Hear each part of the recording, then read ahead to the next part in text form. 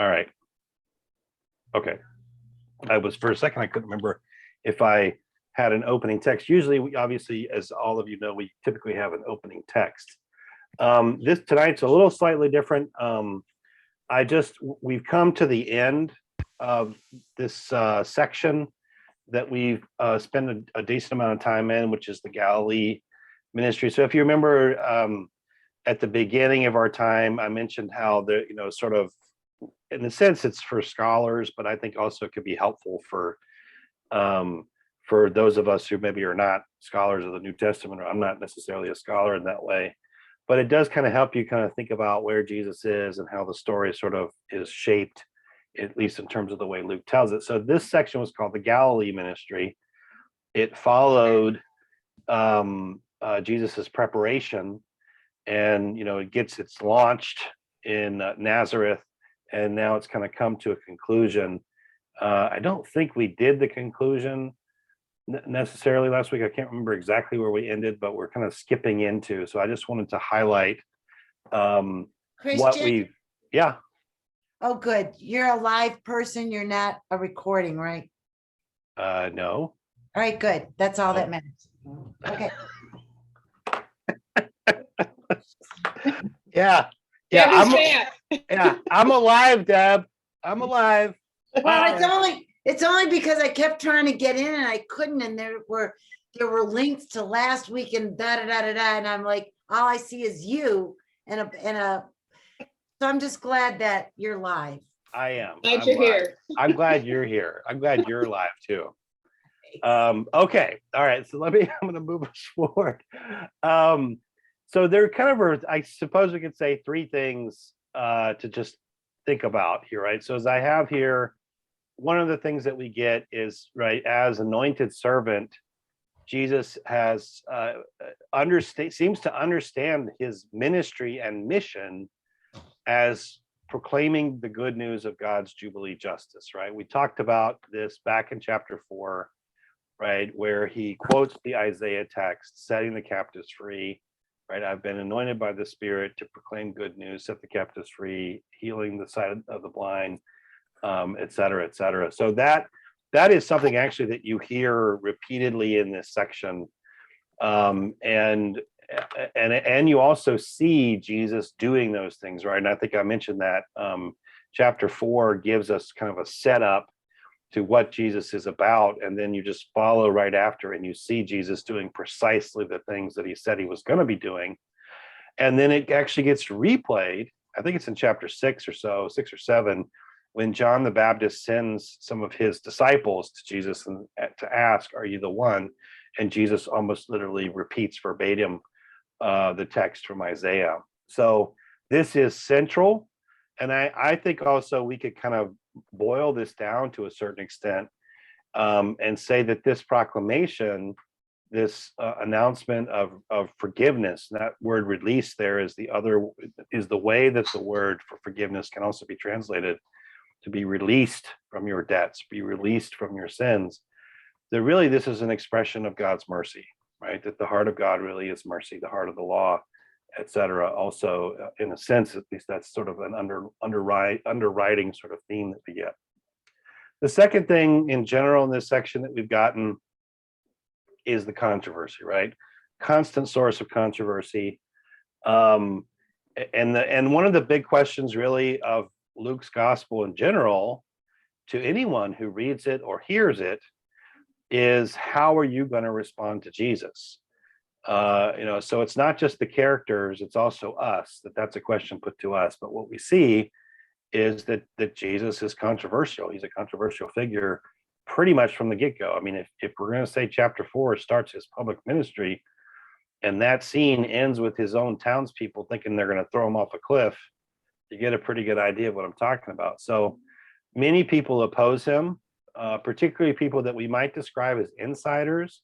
And what I mean by that is not just the average Jewish person, but especially people with power, right? People who are able to call the shots. So I think a lot of what we can say about the opponents of Jesus is especially that they tend to be centered among the powerful. So as I say here, right, he's consistently challenging expectations. challenging boundaries around clean, unclean, insider, outsider, male, female, etc. That this is a hallmark that kind of comes up again and again in different kinds of ways that really you could understand why this might be challenging to some, just on a sort of baseline level. The other thing that I think is kind of interesting that will also grow is the kind of opposition. As I mentioned here, it's not only the authorities, it does also include others, but one of the things particularly that I think is important to note is that second sentence, that the opposition to Jesus can be aggressive, it can come through shame, or it can come through simple neglect. Right? I mean, I don't know if you recall, but last week, right? Jesus goes to the Gerasene, right, region, sets free a man who'd been, for a very long time subject to some sort of demonic powers, sets him free, sets him right, cleans him up and clothes him, and the townspeople come out and see it, and it freaks them out, and they beg Jesus to leave, right? So when we talk about sort of opposition, it doesn't always look like, the religious authorities, trying to go after Jesus. It can look like a bunch of different things. And then lastly, the last thing I think that was important, particularly in this section, is that Jesus, right, begins to, basically draft or, call to himself a group of followers, and they are, and the Gospels do not shy away from making it clear to us that these are flawed human beings, which I think is certainly welcome news for us, probably for really anybody. Because we probably all know that we too are flawed. We see a structure develop, right, of disciples, which is, I think, the biggest group. We hear about a sending out of 70, etc. So we can maybe imagine that there's even more than that. Then we have this group of 12, the 12 apostles, and then within that group we have a group of 3. Right? Peter, James, and John. So there is a kind of organizational structure to a certain extent that's starting to emerge in the way that the Jesus movement is kind of organizing itself around him.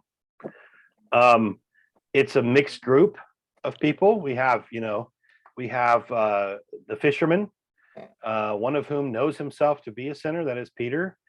But we also have, a tax collector in Levi or Matthew. We also, of course, have a zealot, right? We have these different, and the tax collector, by the way, probably comes from the priestly class because his other name is Levi. So this is a mixed group, in a sense, coming from a wide range of possibilities, at least the possibilities that we're aware of during that time. They all, so far as we have experienced, are devoted to Jesus. But they struggle to really understand who Jesus is or at least the nature of Jesus's messiahship. And that will only grow. That will remain as we move through this next section. And so we want to make sure that we just kind of put a pin in that. All right, so that's kind of just a recapitulation of what came before. I want to turn now to basically the opening salvo of this section and ask for a volunteer who is willing to read our passage.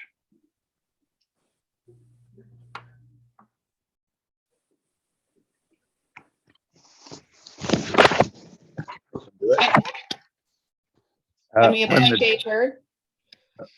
Oh, Jim, are you going to read it? Good. Okay. When the days drew near for him to be taken up, he set his face to go to Jerusalem, and he sent messengers ahead of him. On their way, they entered a village of the Samaritans to make ready for him. But they did not receive him because his face was set toward Jerusalem. When his disciples, James and John, saw it, they said, "Lord, do you want us to command fire to come down from heaven and consume them?" But he turned and rebuked them. Then they went on to another village. As they were going along the road, someone said to him, "I will follow you wherever you go." And Jesus said to him, "Foxes have holes and birds of the air have nests, but the Son of Man has nowhere to lay his head." To another he said, "Follow me." But he said, "Lord, first let me go and bury my father."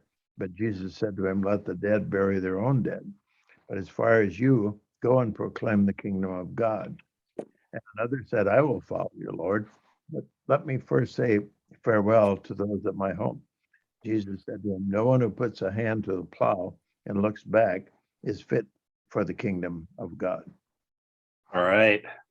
Okay, so I think on a certain level, the gauntlet is being thrown down at the very beginning here. So let me give you a couple of like overview comments about the section that we're heading into. So as you can see, this is the travel narrative. It starts here and it goes all the way up into chapter 19. As I mentioned here, and just in the outline, right, this is the traveling is basically Jesus's journey to Jerusalem. It's obviously, as you can probably imagine, the largest sort of portion or section, at least in terms of the way that this is divided up. And remember, this is simply to be a help, because the ancient manuscripts don't have any of this kind of stuff. But this is sort of kind of centuries and centuries of reflection have led to these kind of descriptions. One thing that is interesting is that is actually distinct, is that the three synoptic gospels, and the synoptics are Matthew, Mark, and Luke, that they all have a single trip to Jerusalem, whereas John, I believe, has 2 or 3. I can't remember off the top of my head, but so in this way, Luke is basically following Mark's kind of pattern, right? Mark is sort of the original of the 3 synoptics, at least that's the way it's typically understood.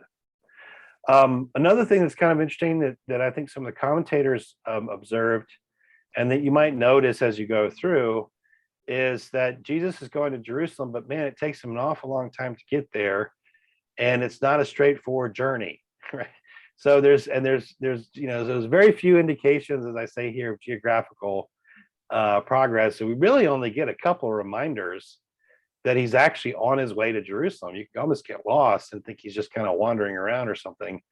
One of the things, though, I think theologically, at least, that a couple commentators have pointed to is that it's quite possible that the way that this is structured, or the way that Jesus kind of does this, is that it's sort of somewhat reminiscent of Israel wandering around in the wilderness and heading towards the promised land. So if we think about sort of the climax of the story of Jesus, and Jesus, in a sense, as leading a new exodus, which I think is one way you could read what Jesus is doing, particularly if we're talking about, especially the Gospel of Matthew, but it probably works also to some extent in Luke, you could kind of see how that would map on. So it kind of makes a certain kind of sense. What happened to Israel in the wilderness? So they had to learn a lot of lessons, right? They had to learn a lot of lessons about what it meant to be the people of God. And they weren't always very successful at that. So it probably shouldn't surprise us if it really is true that this is one of the reasons why this is the story is told this way, is that we find all this teaching material, particularly in Luke's account. So pretty much Luke is following the big superstructure that Mark has created, which is sometimes called the Markan spine, which is the sort of the beginning of his ministry, baptism, his journey to Jerusalem, his passion, and his resurrection. That kind of makes the spine. That's the arc of the story. But there's a lot of material that shows up in Luke and in Matthew that doesn't show up in Mark, indicating potentially some different sources that Luke and Mark are using, or excuse me, Luke and Matthew. But Matthew will arrange that a little bit differently than Luke does. So Luke kind of spreads out a lot of the stuff that, for instance, you find in the Sermon on the Mount, which occurs pretty early in the Gospel of Matthew. A lot of that stuff gets spread out over the course of this travel narrative in Luke, because Luke's Sermon on the Plain is much, much shorter if you compare it to Matthew. The really big theme is discipleship. And I think this also fits pretty well with this idea of the wandering in the wilderness, right? What is it that Israel had to learn? Well, they had to learn what it meant to be a people of God. And that was not an easy lesson to learn per se. So there's a dominant theme here of discipleship. I think another theme that I don't have a thing up here on my presentation, but another theme to me is the kingdom of God. And that's a theme that sort of shows up actually rather conspicuously in this material. That terminology is mentioned some 20 something times in these 10 chapters. So what do we find when we look at the theme? That first of all, following Jesus is costly. It will require us in some cases to set aside our common notions, common wisdom, as I say here, and perhaps the claims of our society, our social order. And so we hear these claims about, we've already heard it, right? Let the dead bury their own dead.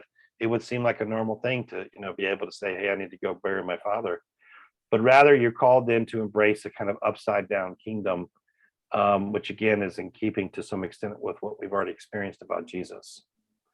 I think it's fair to say that then this narrative is certainly meant to prepare the disciples themselves who are with Jesus for what's going to happen in Jerusalem and beyond. But then it also has much to teach us about what it would mean to follow Jesus in our lives. All right, so that's kind of the outline of this big section. So let's kind of jump into the actual passage here. And we'll start with verse 51 with a little observation. So when the days drew near for him to be taken up, he set his face to go to Jerusalem. So this verse marks the beginning of the journey, and it's sort of an opening statement in a sense. And there's two little phrases here that I think are worth just pausing on for a second.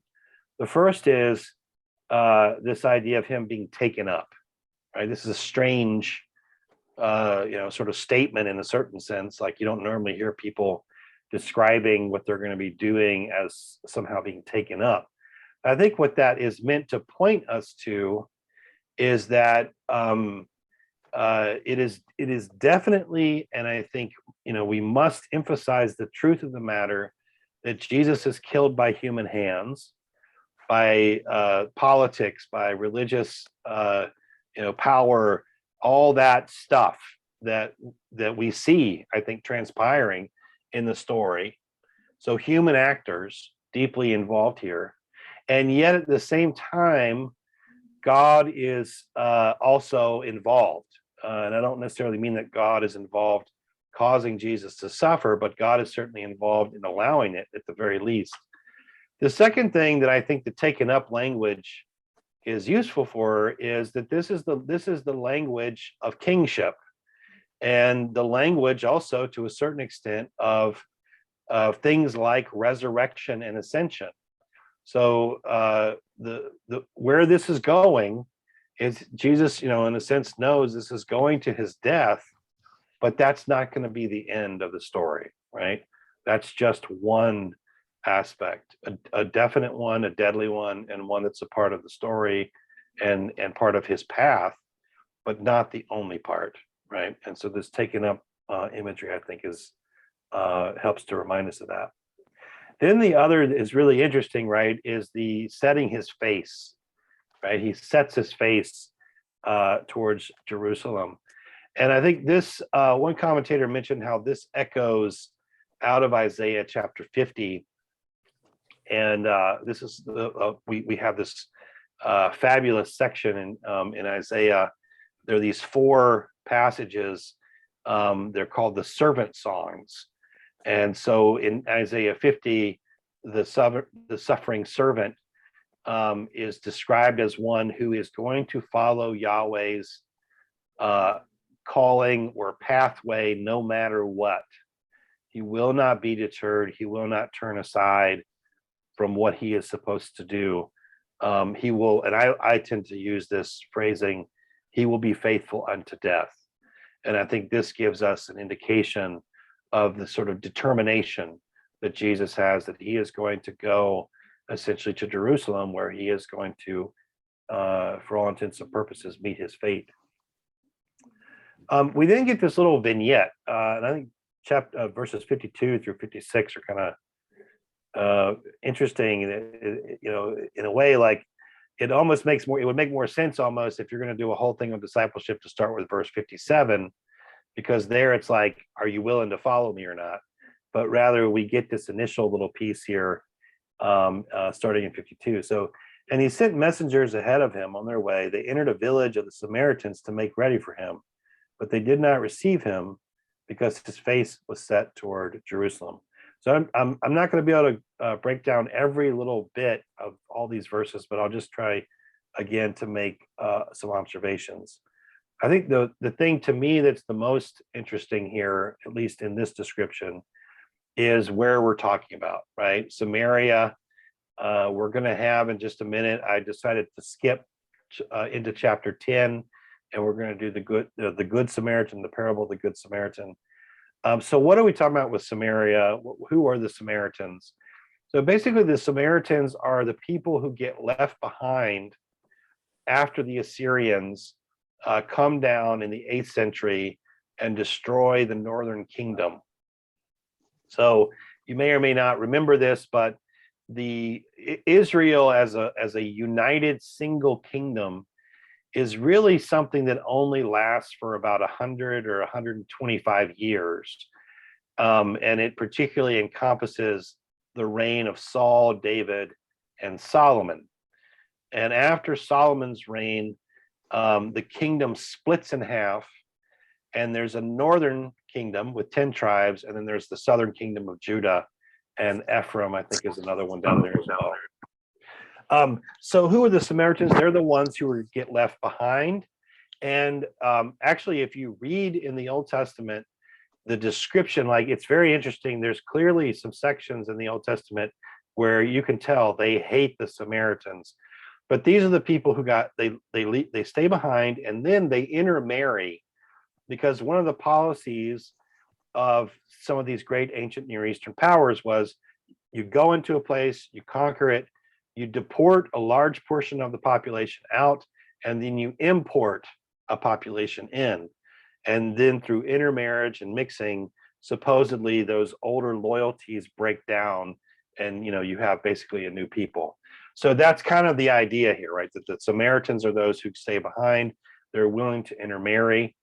They also claim to have maintained proper worship of God, even though they no longer, that was not going on certainly in Jerusalem, because they did not control Jerusalem. The Jews who get sent into exile, who are basically the ones who pretty much are responsible for writing most of the Old Testament text and editing it, they view the Samaritans effectively as they view them as half-breeds. They view them as apostate. They view them very, very, very negatively. And so whenever Samaria or Samaritans comes up, you need to be thinking about this in the back of your mind, because remember, Jesus and all of his compatriots, they are Jews, they are Jewish. And of course, the word Jew derives from the tribe of Judah. So they view these folks very negatively. And typically these are also folks, that is the folks like, who Jesus would have descended from, or others. These are people who come back after the exile, and they in particular did not like Samaritans. All right, so this is where they are, right? They enter a village of Samaritans to make ready for him. They don't receive him. It would have, I think we can say on some level, it would have been a hostile environment. It's hard to know exactly how to parse out verse 53. They don't receive him because his face is set toward Jerusalem. I'm not entirely sure what to do with that, but we're going to skip over that in a sense, because what really is interesting is that James and John step forward, and they certainly view this as an affront. And they're like, hey, let's call down fire from heaven to consume these people. And if that probably should conjure in your mind another very famous scene in the Old Testament, which is the confrontation of Elijah with the prophets of Baal. And if you remember, Elijah sort of provokes the king to bring the queen to bring all the prophets of Baal together, and they meet, I think it's on Mount Carmel, and they have a showdown effectively. And so there's something about that here. It's also kind of reminiscent of the idea that Samaritans or Sumerians are sort of potentially idolatrous or whatever. So they're calling for judgment, basically, right? That's what we see here. So what's remarkable in a sense about this is not so much their anger towards the Samaritans or their desire for judgment. What's actually remarkable is Jesus's response, right? That's really what's remarkable, because effectively he says no, like he basically rebukes them, right? He doesn't go along with their request. And I think what's kind of interesting here, I skipped over the material where Jesus has equipped and he sends out his disciples. And he tells them to take only a couple of things with them, effectively saying that the mission that he's sending them on, which is supposed to be a mission of extending God's hospitality, is going to be dependent on the hospitality that they receive. And if there is any town that they go to and people do not receive them, they're supposed to shake the dust off their feet, right? So you could see, I think in some ways it would be logical to me to read verse 53 of they did not receive him as simply a refusal to extend hospitality. But now James and John completely overreact to that, right? And I think Jesus's response to them then helps us to understand that to shake the dust off your feet, quote unquote, does not mean finally to repudiate someone eternally, right? That's not our job, right? So here's kind of what I have. Shaking dust off one's feet doesn't mean a final repudiation. It rather, you in a sense, you need to leave the door open, and we're going to hear in just a minute, like literally, 20 verses, 30 verses later, we're going to hear a story about a good Samaritan. So I think we can kind of make these connections in our mind in a way that so that we kind of understand to a certain extent what's going on here, which is that in a sense, no one is ultimately beyond God's mercy. No one is ultimately beyond reconciliation. No one is ultimately beyond forgiveness, restoration, etc. I think that's, to me, that would be what I would call out of this material, at least in terms of a kind of sort of theological truth, spiritual truth. Then we get verses 57 to 62, and this material kind of, in a sense, sort of stands alone in comparison to this first bit of material. And I'm just going to read through this. I've only got a couple of observations, and then we're going to skip ahead a little bit. As they were going along the road, someone said to him, "I will follow you wherever you go." And Jesus said to him, "Foxes have holes, and birds of the air have nests, but the Son of Man has nowhere to lay his head." To another he said, "Follow me." But he said, "Lord, first let me go and bury my father." But Jesus said to him, "Let the dead bury their own dead. But as for you, go and proclaim the kingdom of God." Another said, "I will follow you, Lord, but first let me say farewell to those at my home." Jesus said to him, "No one who puts a hand to the plow and looks back is fit for the kingdom of God." Now, one of the things I want to do here, and I think this is helpful not only for here, but also as we move through, is if we read some of these things super literal, we're going to miss, I think, what the deeper dynamic actually is. What's really at issue here is not so much the precise requests, etc., that are being put forward to Jesus, but rather that each of them, in a sense, represents something that's connected to identity and a source of security. And this is an element that is just hammered home throughout the rest of this gospel, that you have to be willing to turn away from the typical sources of security and turn towards God's offer in Jesus. And that source of security can be your family. It could be your religious traditions. It could be your wealth, etc. And you will see examples essentially of that. It doesn't necessarily mean that you're going to have to like give up your family, but it certainly means that your loyalty, right, your sense of identity and security cannot be based there. It has to rather be based in a different place, and that is in being a disciple, essentially. So what can we say with this? And I think I've got kind of three elements without, I mean, each of these I think you could kind of break down, but I've got sort of three comments. The first is that discipleship is truly radical and is going to lead individuals out of the normal structures of this of security, right? That, and you may have heard this terminology before, but a disciple is someone who's called to be a resident alien, someone who resides in a place, who lives in a place, but yet in a certain sense does not belong, right? And I'm sure you've heard that kind of phrasing before, that heaven is our home, and those kinds of things. We have a certain kind of responsibility here, but that responsibility does not rise above the other responsibility, the most central one that should shape our life, which is to follow Jesus. Christian, Let me finish before questions.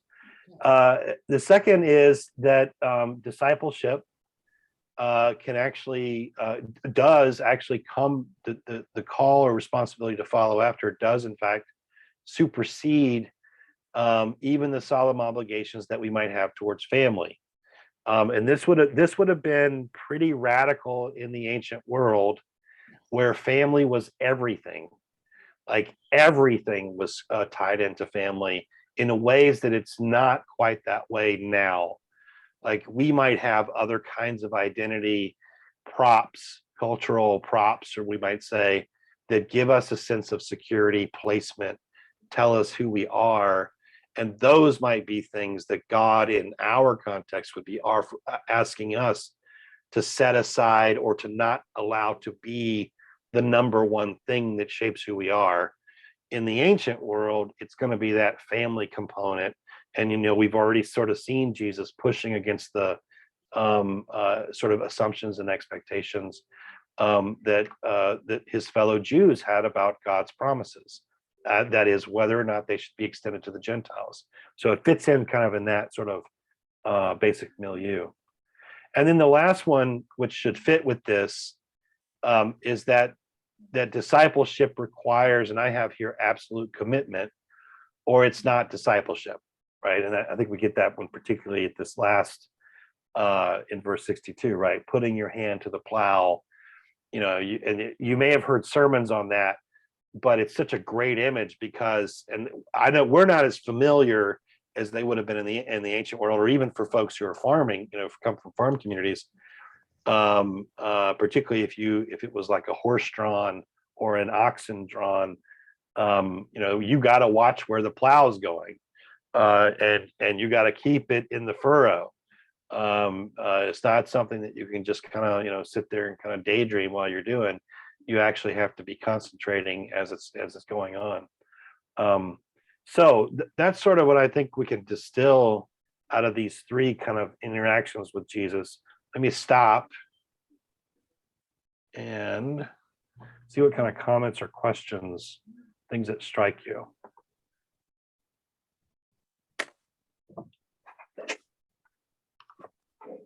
well, in the ancient world, like you said, you know, family was everything, but but this was radical. I mean, the idea that the Messiah had come was quite radical. And, you know, we had a lot of pushback from these religious vipers that said, you know, he didn't fulfill the requirements for being the Messiah. But even today, you know, certain religious cultures or cultural culture, you know, when if you decide to follow Jesus, it's a pretty radical. Right, you can talk to that directly. Yeah, but even in the ancient world, it would have been as Oh, well, yeah. because I mean, Jesus, like you said before, turned everything upside down. But even today, if Jesus enters the heart of somebody, it's going to turn that family upside down, because that person has to leave their culture or they'll be kicked out. But one way or another, it's kind of costly. Right. And it will look differently, I think. Obviously, I think, Deb, you had a very definite experience that maps onto this pretty well with Mhm. your family, right? I mean, you've shared that story, which is so powerful with your mom, and particularly the event of you being baptized. Right. And I think a lot of us don't have that experience necessarily, but we might have another kind of experience, right? Where the same type of call puts us at odds with certain expectations. Maybe those are expectations in our job. Maybe Right. those are expectations in our family. Maybe those are other kinds of things. So I think you're right. As you were talking too, and even maybe it's, I don't know, maybe it's a more palatable kind of example, but it's in many ways, it's like Abraham, right? He's living in what is effectively the center of the cultural universe. Right. And he hears God tell him to leave. Mhm. And so he leaves. Right. That's essentially to go somewhere else, to follow, and to go to a different place. And that means then leaving his family connections. Obviously, he takes his wife and his children, et cetera, to go. But that gives you, I think, a similar kind of pattern. Right. What's But being even, asked for. but like you said, even today, like any decision that you make, like even especially today, if you're asked to like maybe omit the truth, well, following Jesus and being a disciple would mean that at any cost you tell the truth. You know what I mean? Right. I mean, That's right. it's gonna cost. That's right. Yeah, and I think that's it's one of those underlying, right, of counting the cost, of following. That's right. It can't, and I think one of the things we've already seen, but we'll see it kind of even more as we move through. There's this constant sort of subverting of an easy, even religious piety, right? So even sort of when Jesus oftentimes pushes back on his opponents who are the religious authorities, they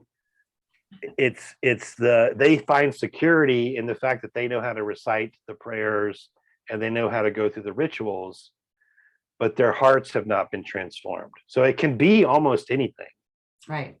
in a sense. I mean, for some, it's like, I mean, when I was studying theology, I have colleagues and friends who had the same, like, I don't want to become too intellectual.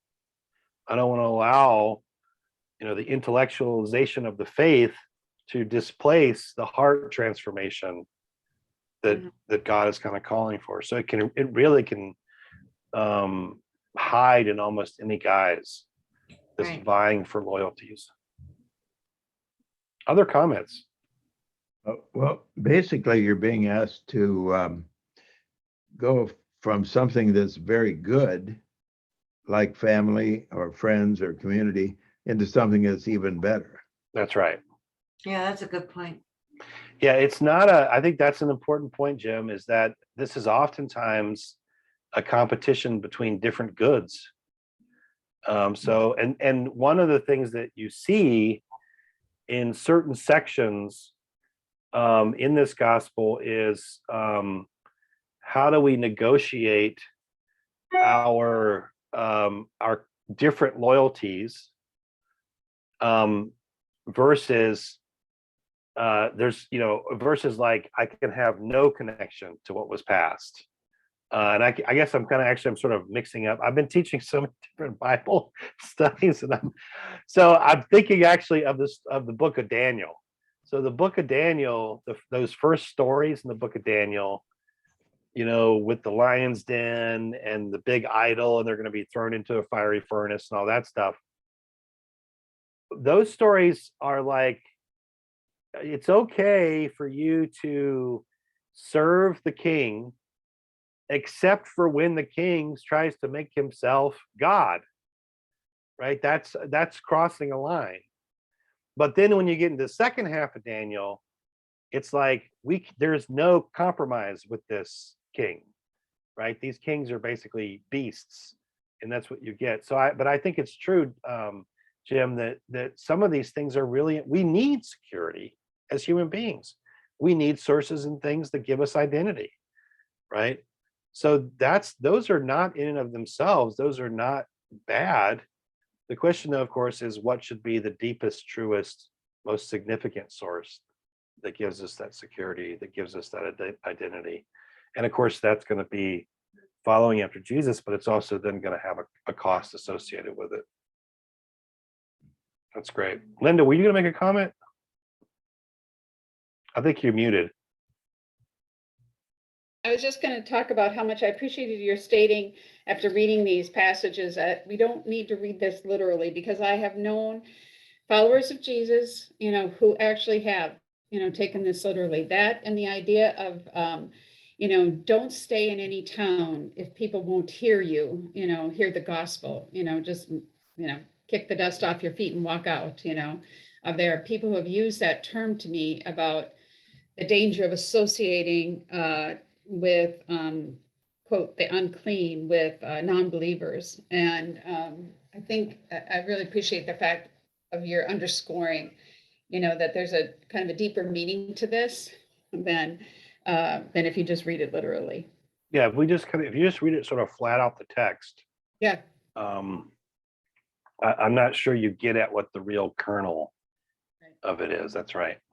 It seems like as followers of Jesus, most of our time should be with unbelievers. Right. I know. That's exactly. I think that's exactly right. Speaking of, can we go back to Abraham for a second? Sure. And being called out and because he's often used as an example of faith in Jesus. I forgot what my question is, but it was something about, he was called to sacrifice his son.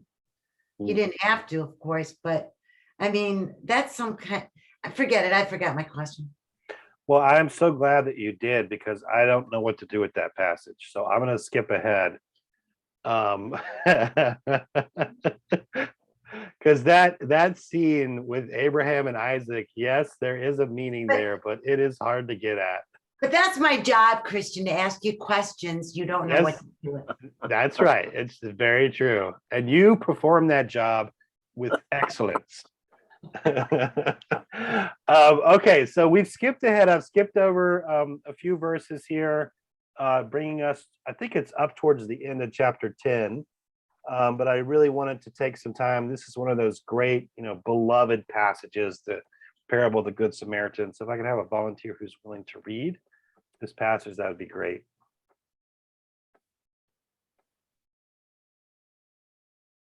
I'll take it. All right. Just then a lawyer stood up to test Jesus. "Teacher," he said, "what must I do to inherit eternal life?" He said to him, "What is written in the law?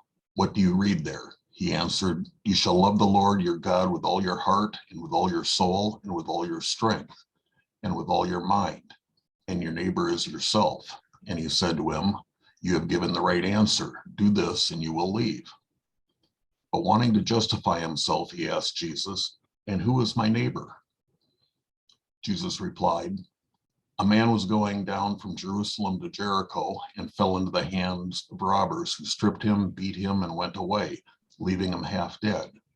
Now by chance a priest was going down that road, and when he saw him, he passed on the other side. So likewise a Levite, when he came to the place and saw him, passed by on the other side. But a Samaritan, while traveling, came near him, and when he saw him, he was moved with pity. He went to him and bandaged his wounds, having poured oil and wine on them. He then put him on his own animal, brought him to an inn, and took care of him. The next day he took out 2 denarii gave them to the innkeeper and said, take care of him, and when I come back, I will repay you whatever more you spend. Which of these three do you think was a neighbor to the man who fell into the hands of the robbers? He said, the one who showed him mercy. Oh, Jesus said to him, go and do likewise. All right. Man, Jesus really knows how to throw it down, doesn't he? um, All right. So let's jump into this. Like I said, just a beloved text. I think this is only in Luke, but I'm not sure about that actually. But this is just one of those, like, if you had to name, a few parables, right? You would think of, the lost son, you might, and the Good Samaritan would probably be up there pretty high. So that's one of the reasons why I felt like we got to stop here and see what's going on. So I'm going to make a couple of comments before I read into the text, just to sort of well, actually, no, I guess I'll read through these verses here. And we have here, obviously, two paragraphs. So we sort of have two portions in a sense. So starting in verse 25. So just then a lawyer stood up to test Jesus. Teacher, he said, what must I do to inherit eternal life? He said to him, what is written in the law? What do you read there? He answered, you shall love the Lord your God with all your heart and with all your soul and with all your strength and with all your mind, and your neighbor as yourself. And he said to him, you've given the right answer. Do this and you will live. All right. So just a couple of comments on this first section. The first is the identity of Jesus's interlocutor, described here as a lawyer. I think what we're talking here, of course, about is not necessarily what we mean by lawyer. So those of you who practice law on the screen, or those who will watch later who have backgrounds in the law, this is not necessarily aimed directly at you. Rather, lawyer has the connotation of one who would be within that sort of grouping of the scribes, the Pharisees, and potentially teachers of the law, right? So probably a subset. Maybe these groups vied with one another, but in general, this person is to be associated then with the opponents of Jesus. So with that, knowing that in a sense, and we've already kind of picked up on this as we've moved through, we know that this is probably not necessarily a genuine question. Really, this is more of an attempt to, see what Jesus is made of, maybe we could say. Interestingly, as I was kind of prepping and stuff, one of the things that one of the commentators pointed out too was that this is like a classic rabbinic exchange. So the confrontation or the kind of questioning back and forth, and the fact that the man puts a question to Jesus and then Jesus puts a question back to the man, right? That back and forth, that is very, very much something that you see in other rabbinic writings that have something they're not too far off, historically speaking, from what we're seeing here in terms of a timeline. And then the answer fits very well, right? Also fits into a rabbinic answer. So the answer itself comes from both Deuteronomy chapter 6, verse 5. That's the first portion, right? Love the Lord your God with all your heart, mind, soul, strength. And then the second portion comes from Leviticus 19:18. And these two have kind of been meshed together. And I think it'd be fair to say that you can find examples of this in other rabbinic writings that are somewhat around the time of Jesus. So this is not unique, is my point. In fact, there's this beautiful phrase that comes from the rabbinic writings, that this is the whole of the law and everything else is commentary, right? Everything else is commentary on these two commands. So if you want to know what the central thing is, it's these two things. Paul also makes this point in Galatians, if you remember our study of Galatians, which was one of the earliest, it's probably, I think it's like the second or third earliest Christian text that we have access to. And Paul himself, of course, trained as a rabbi. So this is deeply embedded in the Christian community, and of course rooted in Jesus himself. If we're going to talk about just from external sources, so we have that exchange. Well, then we have what comes after, right? And that's really where some of the more juicy stuff happens, right? Because that's where the parable comes up. So, starting in verse 29, wanting to justify himself, he asked Jesus, "And who is my neighbor?" It's actually kind of a brilliant question in a way, which leads to an even more brilliant answer, if you think about it. So he's anxious to justify himself. I think there's kind of two ways that we could read this. And I don't know if they're mutually exclusive or whatever, but take it for what you will. The first, as I say here, is to vindicate the lawyer. Like, so he's kind of embarrassed because the answer that Jesus has effectively rendered to him, he already knew, right? He already knew the first two commandments. So maybe he wants to vindicate, or i.e. justify. The other possibility that was put forward based, I think, on the sort of the Greek, the linguistic phrasing here in the Greek, was that essentially the lawyer is doing what lawyers do and entering into a debate about something that they know the truth of precisely in order to avoid it, right? So that's the second argument. The lawyer is seeking a debate so as to avoid the actual demands of the law, right? So, so you question. So, and I think the root of that, typically what people will point to, is the interchange in the Garden of Eden, right? Did God really say that you shouldn't eat from the tree, right? So this idea of kind of entering into debate, perhaps this is an attempt to short circuit the demands of obedience. Again, these are two options. Take them with a grain of salt and kind of think about how you would interpret it. The question, though, I think really is important. Who is my neighbor? And I mean important in the sense that, like, pivotal, in part because I think all of us struggle with this. And it comes up often in different kinds of ways. And I think one of the things we could say is, like, what are the boundaries of my love, right? Who should I really extend mercy to? Who can I forgive? Maybe is another way of putting it. So depending on how you want to frame that, this really is a powerful question that I think probably resonates with most of us, in the sense that we've all struggled with it in one way or another, in times where we've been in conflict or whatever the case may be. As Jesus is going to show, of course, this is the wrong way of putting the question, right? The right way of putting the question, in a sense, is, am I being a neighbor to everyone that I meet? As opposed to who is my neighbor, the real question is, am I a neighbor, right? And I think that's kind of some of what we pull out of essentially this just beautiful parable. So let me read through the parable. Let's see here, actually. You know what? I'm going to wait. I'm going to give you a couple of comments, and then I'll read through the parable in just a second here. So these are just sort of prep comments, and they connect to probably verses 29 and 30, basically. So verse 30, I'll just read that, and then we'll come back to 31.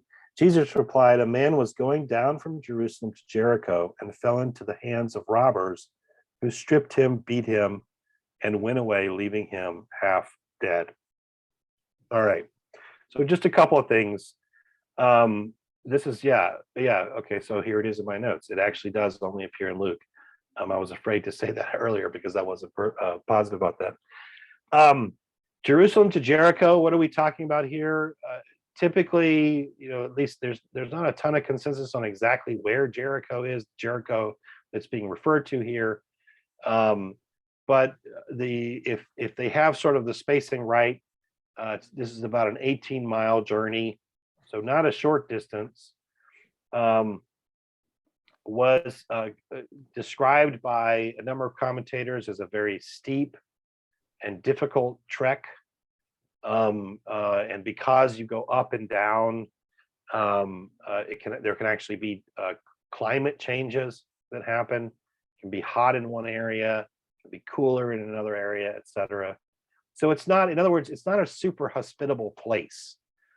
And I think that's important. That's the setting, right? So here's someone traveling in a place that is not super hospitable. And of course, they are treated in a fundamentally inhospitable way by the robbers, etc. So Josephus does talk a little bit about this route and describes it as a treacherous road that was often the haunt of bandits. And one needs to, I think here about bandits. Bandits are not just common criminals. Oftentimes, bandits were, to a certain extent, revolutionaries. And what I mean by that is that the Zealots, which was a sort of a subset of Jews living at this time, who believed that collusion or cooperation with Rome in any way, shape, or form was idolatry and was traitorous and was deserving of death. And one of the ways that they supported themselves was through banditry. So bandit here is not simply a common criminal necessarily. It could have a wider connection. You only then, lastly, you only took this route if you were a merchant, and more than likely you were heavily armed, and maybe you even had an escort. Of course, in this case, it sounds like we have one man who was overpowered. We also have a cast of characters here in this parable, and it's worth sort of talking about these. There are some characters that are up in the foreground, and then there's other characters who are kind of in the background. The foregrounded characters are really the three different people who come by the man. Right? These are really sort of the center of the story in a sense: the priest, the Levite, and the Samaritan. The priest and the Levite are clearly associated with the temple. And if you were a Pharisee, if you were a lawyer, right, whom Jesus is talking to, you might have had a complicated relationship with your vision of the priestly class, because the priestly class vied with the Pharisees, vied with the Sadducees for power, etc. So a Pharisee would not necessarily have looked very positively upon them. Obviously, though, the third one would have been seen as the worst, right? So it would have been the Samaritan. It was clearly understood or seen as the worst of the options here presented. Then in the background, we have the wounded man, we have the innkeeper, and we have the robbers. All right, and it's kind of interesting, and that's one of the reasons why I'm going through this, is because one of the commentators really noted a kind of irony in this story, and I'll get to that in just a second. We don't really know much about who the traveler was, but as I said, typically this road, you would have really only taken it if you absolutely had to, right? If you were more than likely a merchant. And if you were a merchant, a Pharisee or a lawyer would not have seen you positively. In fact, they might have said, well, that guy got what he deserved. You know, he was going through the wrong place, trying to sell his wares. And so, you know, too bad. He should have thought more carefully about that. The other thing that I didn't realize is that in rabbinic sources, innkeepers were not seen very highly. In part because they would overcharge people. Inns were oftentimes sites where robbery and other kinds of things like that took place. So an innkeeper was not necessarily like an innocent person, hotel owner or small business person, which we might normally associate perhaps today, where we wouldn't have necessarily negative things attached to them. In that world, and particularly for this lawyer, he might. So basically, as we move through all the characters, it's hard to find someone that a Pharisee or someone like that might have identified with. As I mentioned before, robbers or bandits oftentimes were politically motivated figures. So these are zealots. And the zealots, as it turns out, they were sort of on somewhat friendly terms with the Pharisees. So it's possible, of all the people, all the characters in this story, that the robbers might have been seen as in the most positive light. So I just kind of share that with you in a sense as kind of background. I think it's kind of an interesting thing to kind of noodle around with a little bit. All right, so let's get into the parable itself.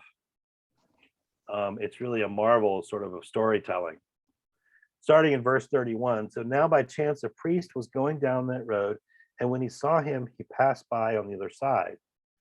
So likewise a Levite, when he came to the place and saw him, passed by on the other side. Now you probably are familiar with this interpretation, which I think it's sort of the standard reading, and that is simply that first of all, identifying it as these people as priest and Levite.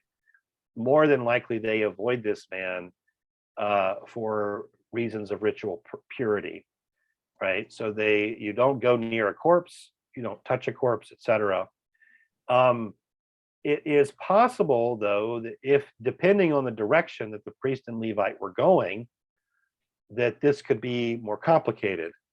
So one commentator noted that if these two figures were traveling away from Jerusalem, that is, they were leaving the temple behind, they had performed their cultic duties, and they were going home, it would not necessarily be an excuse that they would be worried about making themselves impure and therefore disqualifying themselves from serving at the temple. Rather, they might have been using the law and the standards of the law precisely to avoid expressing what is at the heart of the law, which we've already heard at the very beginning of this section. What's at the heart of the law? To love the Lord your God and to love your neighbor as yourself. So depending again on the direction that they're going, that's sort of an interesting twist, I think. So then starting in verse 33, I'm sure this was a startling moment in the telling of this parable when it was first heard. But a Samaritan, while traveling, came near him, and when he saw him, he was moved with pity. Now, I prefer, which I think is a better translation of the word that's used here, the word compassion. The Samaritan is moved with compassion as opposed to pity, because pity has kind of a different set of connotations. But it's interesting, right? Let's put a Samaritan in this context. That we've been talking about, this road from Jerusalem to Jericho. So first of all, this would also have been a dangerous place. This would be dangerous for anyone, but it would have been doubly dangerous for a Samaritan because that road is not in Samaritan territory, it's in Jewish territory, right? So they are exposing themselves. So we don't really know what they're doing on that road. Secondly, the same restrictions regarding, going near or touching a corpse, it's not like those don't stand for a Samaritan. They do. So this person is, in a sense, transgressing also their kind of religious expectations or whatever. Or we could say they have actually discerned what the true meaning of the law really is, which is mercy, right? Which we've already seen back in chapter 6, and which in some sense we just heard at the very beginning of this section. We then get the care that the Samaritan, and this is kind of a more detailed section actually. He went to him and bandaged his wounds, having poured oil and wine on them. Then he put him on his own animal, and he brought him to an inn, and he took care of him. The next day he took out 2 denarii, gave them to the innkeeper, and said, "Take care of him, and when I come back, I will repay you whatever more you spend." I think to me, that's it's interesting to think about the description that we have, right? It's a very terse description of what has happened to the man, but now we get a much longer description of the care that this Samaritan has extended to this man. And in a sense, it's both his possessions, but it's also the time that it would take. Like, and think about it. It's a dangerous road. Do you stop on a dangerous road? Not typically. So this man is giving of his time, his safety, and of course also his possessions, right? Because he's willing to care for the man. And I think what we could take from this, right, what in a sense what Jesus is offering in this beautiful parable, right, is that mercy and neighborliness are embodied. They take time. They care for the body and for the soul together, in a sense. I think that's kind of what we get from this vision of the Samaritan. And then we come to the end where Jesus kind of rewires everything, restates the question, what the real question is, etc. It says, which of these three do you think was a neighbor to the man who fell into the hands of the robbers? He said, the one who showed him mercy. And Jesus said to him, go and do likewise. It's just a beautiful, a really genuinely beautiful kind of turn of phrase there. So Jesus reorients the lawyer's question. We don't know what happens. We don't know, in the sense that we don't know what the lawyer does with that, if he takes it and goes away and he's changed or not. The text doesn't really tell us. But if we've been paying attention, we can walk away changed. So what is it that happens, right? It's not that first question. It's not who is my neighbor. It's rather, what does it mean to be a neighbor? And maybe more importantly, am I being a neighbor? Am I someone who's taking up the posture of neighborliness that we see expended and expressed in the Pharisees' actions, or excuse me, in the Samaritan's actions? All right, let me stop there for a minute and see what kind of comments or questions that you might have. Well, earlier in the text, the Samaritans, as you described them, were considered somewhat sketchy by certain people. Is there a reason why a Samaritan was used in this particular example of the parable, or is it just random? No, I don't think it's random. I think in a sense it fits in with Jesus, with several things that Jesus is going to do over the course of his ministry. One is turn upside down our expectations. So if you started out, it's kind of like a priest, a rabbi, and walk into a bar, right? It's like, where do you think that's going, kind of thing. Like, so if you started out, you said a priest, a Levite, and a Samaritan, who would jump out at you as the one that you would expect to be righteous, particularly if you're Jewish? I can tell you who you would not be. It would not be the Samaritan, right? And so in a sense, I think there's a kind of turning upside down of our expectations of what is righteousness, and where does it reside. I think the other thing, of course, that we get here, and that we're going to get in other places, is this sort of push, particularly in the Gospel of Luke, to see that God's promises to Israel also are going to be extended to the Gentiles, or to outsiders. Now, a Samaritan is not necessarily a Gentile, but they would not have been considered a Jew either. They kind of were this sort of kind of middle factor. So I think he very definitely uses this on purpose.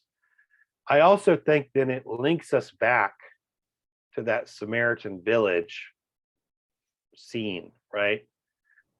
Like, in other words, maybe James and John were so incensed that Jesus was not welcome in that village. And it wasn't just that Jesus wasn't welcomed, it was that he wasn't welcomed in a Samaritan village. And they wanted to burn it to the ground.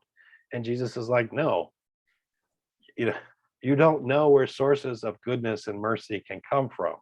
So I'm going to tell you a parable here, not 20 something verses later, in which a Samaritan, someone you despise, winds up as the main character.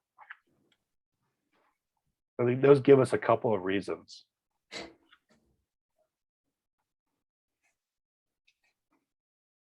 Other comments or questions? I think we're going to wind up ending here tonight. Just it's already 7:52, and what I have on the Lord's Prayer is relatively extensive, and I'd rather kind of save it. But I do want us to. We're going to pick up on the Lord's Prayer next time, because if this whole entire section is about discipleship, prayer is at the heart. It's one of the central components of what it means to be a disciple. So we are going to revisit that.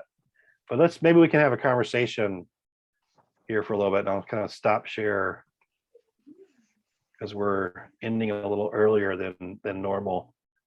I guess about 8 minutes.